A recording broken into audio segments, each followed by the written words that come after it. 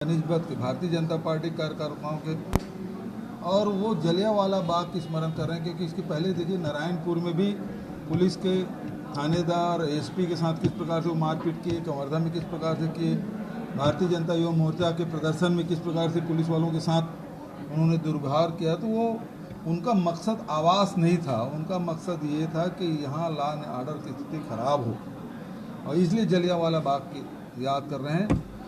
अंग्रेज़ों ने बहुत बर्बरता की थी और ये अंग्रेज़ों को मानने वाले लोग हैं, डिवाइड एंड रूल के, और इसलिए इस प्रकार के बयान दिए हैं। और मैं बहुत हतप्रभ हूँ कि इस प्रकार से उन्होंने बयान दिया है।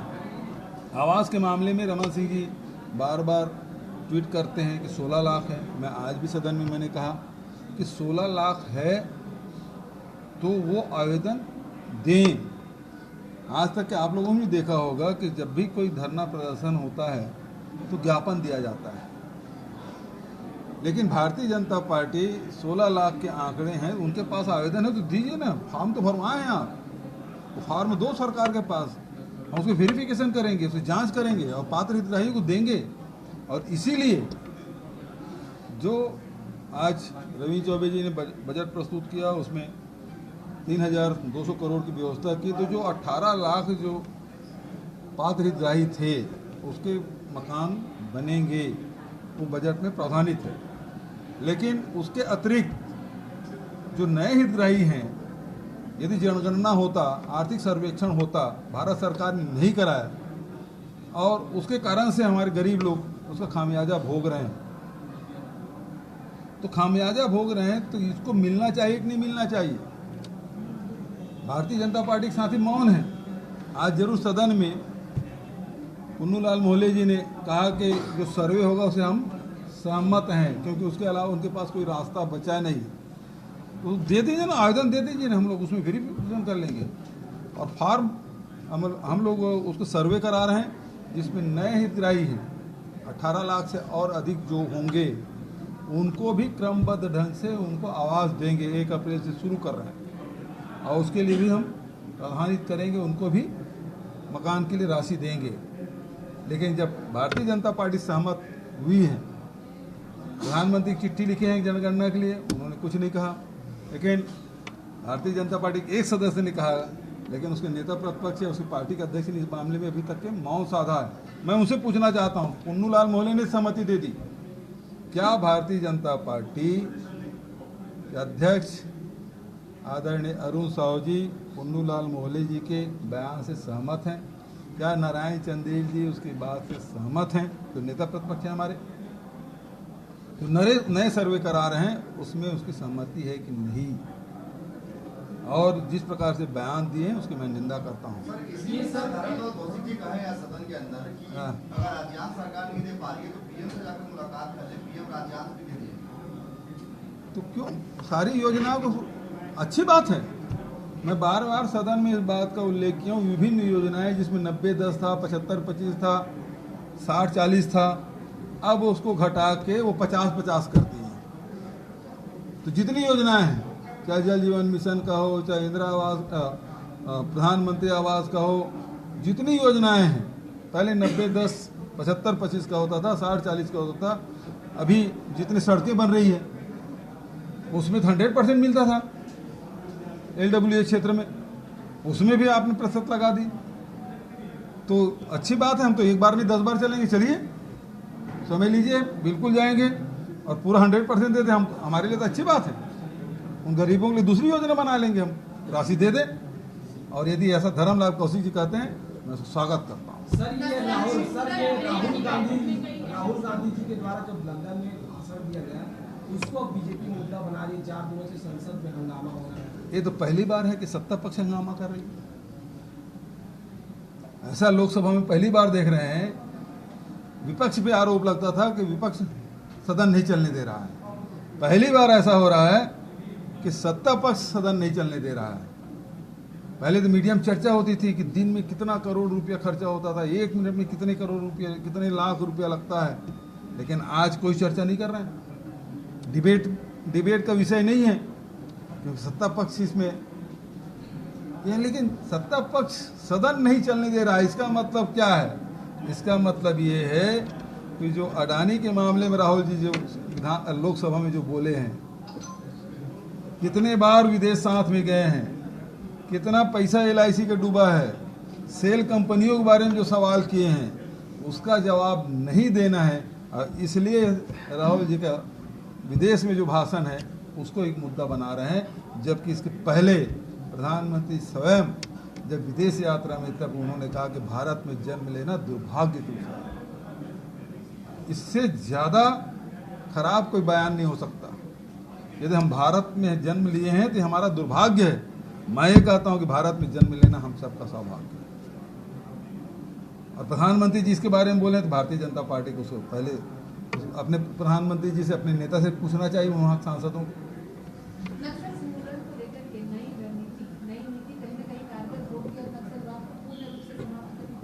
बिल्कुल उसमें लगे हुए हैं, जितने भी पुनर्वास योजना है उसकी नीति है, उसके लिए आज कैबिनेट में पास हुआ है।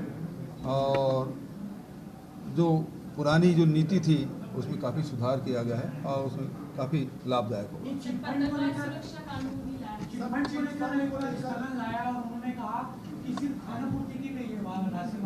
आप आंकड़े पेश करते हैं लगातार कि चिटफंड का पैसा वापस दिया गया है, लोगों को पैसा मिला है और पूर्ववर्ती सरकार में चिटफंड घोटाला हुआ। ये कह रहे हैं कि चिटफंड को लेकर सिर्फ खानापूर्ति हो रही है, पैसा नहीं गया है।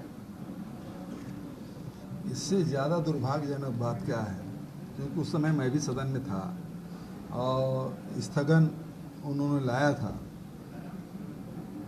लेकिन दुर्भाग्यजनक बात, जिन लोगों ने चिटफंड कंपनी के कार्यालय खुलवाए, जिन लोगों ने रोजगार मेला लगा के नौजवानों को सर्टिफिकेट दिए, वो लोग आज सवाल कर रहे हैं कि उन्हीं के कार्यकाल में सबसे ज़्यादा या पूरा कहा जाए, चिटफंड कंपनी उन्हीं के समय शुरू हुआ, उसी समय लोग पैसा लगाए। तत्कालीन मुख्यमंत्री जी, उसके परिवार के सदस्य, तत्कालीन नेता, विधानसभा अध्यक्ष, तत्कालीन विधानसभा उपाध्यक्ष, तत्कालीन मंत्री, सब लोग कार्यालय का उद्घाटन किया और इसी को देख के सब लोग पैसा लगाया। पैसा डूब गया। सहारा इंडिया तो पूरे देश में है, सुप्रीम कोर्ट का गाइडलाइन, वहाँ उन्होंने एक कमेटी बनाई है, लेकिन आज तक के न भारत सरकार वापस करा पाई, न कोई राज्य वापस करा पाया। केवल छत्तीसगढ़ है जो सैकड़ों डायरेक्टर को जेल के पीछे भेज दिया है और दूसरा उनके संपत्तियों को पूर्व करके उन गरीबों तक वो पैसा, हजारों लोगों का अभी तक हम वापस कर चुके हैं और प्रक्रिया निरंतर जारी है। लेकिन इस गति से मैं भी संतुष्ट नहीं हूँ और इसीलिए, क्योंकि ये संपत्ति छत्तीसगढ़ से बाहर भी है और मनी लॉन्ड्रिंग के केस है, इसीलिए तो हम कहते हैं कि ईडी से इससे बढ़िया आदर्श केस और दूसरा नहीं मिलेगा मनी लॉन्ड्रिंग का। लेकिन ईडी डायरेक्टर उसको स्वीकार नहीं कर रहे। मैंने भी चिट्ठी लिखी, HM को भी चिट्ठी लिखा, लेकिन वो स्वीकार नहीं कर रहे हैं। जबकि गरीबों का पैसा, आम जनता का पैसा, नौकरी पैसा, किसान, मजदूर, शहर के, गांव के, मध्यम वर्ग, निम्न आय वर्ग के लोगों ने इसको पैसा डाला है और हजारों करोड़ रुपए लेके भागे हैं। तो ये पैसा वापस आना चाहिए, लेकिन अब इसी कहते हैं लबरक ना कर, मतलब इनको मतलब शर्म भी नहीं आती भाई। एक तो अनमोल इंडिया के मामले में पूर्व सांसद राजनांदगांव बेल में है, कोर्ट के आदेश पर FIR हुआ था, तो कम से कम पूर्व मुख्यमंत्री उसी पैसा को वापस करा दे। कहाँ संपत्ति जब्त है, अपने घर में थोड़ा शुरुआत कर ले। सर एक सवाल है कि रमन सिंह ने आज आरोप लगाया है और सदन में कहा है कि 600 करोड़ रुपए का शामिल जो है वो भ्रष्टाचार किया गया है आपकी सरकार के द्वारा। हालांकि मंत्री ने पूरे जवाब दिए, वो लोग कह रहे थे कि उस पर JPC जांच हो। JPC तो वो लोकसभा में होता है, कि राज्यसभा भी है, लोकसभा भी है, इसलिए JPC है, ज्वाइंट पार्लियामेंट कमेटी। यहाँ तो केवल विधानसभा है, विधानमंडल तो है ही नहीं है, तो JPC की मांग मतलब लोकसभा से कर रहे हैं। विधानसभा देखिए, इसकी कोई आवश्यकता नहीं। मंत्री जी ने पूरा जवाब दे दिया। जहाँ जहाँ गड़बड़ियाँ हैं जहाँ सरप्लस है, जहाँ डिफिसिट है, उसके रिकवरी के लिए, जहाँ डिफिसिट है रिकवरी के लिए उन्होंने आदेश दे दिया है। और रमन सिंह जी का आजकल ठीक नहीं है भाई। 16-18 लाख मकान हैं बोले उसी कार्यकाल में, 8 लाख खुद बना लिए, तो 16 लाख कहाँ से बच गया भाई?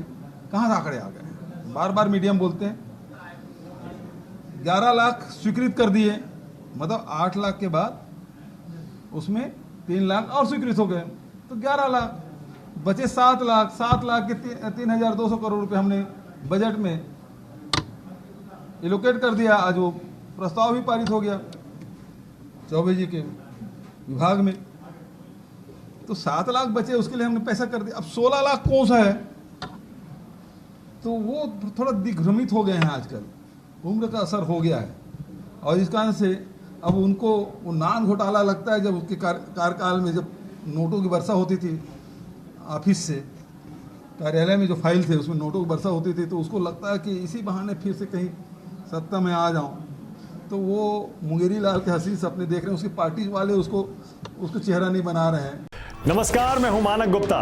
अगर आपको हमारा ये वीडियो पसंद आया हो तो इसे लाइक और शेयर जरूर करें, और हाँ, हमें सब्सक्राइब और फॉलो करना ना भूलें ताकि आप देश और दुनिया की कोई खबर मिस ना करें। तो जुड़े रहिए हमारे साथ और देखते रहिए News 24।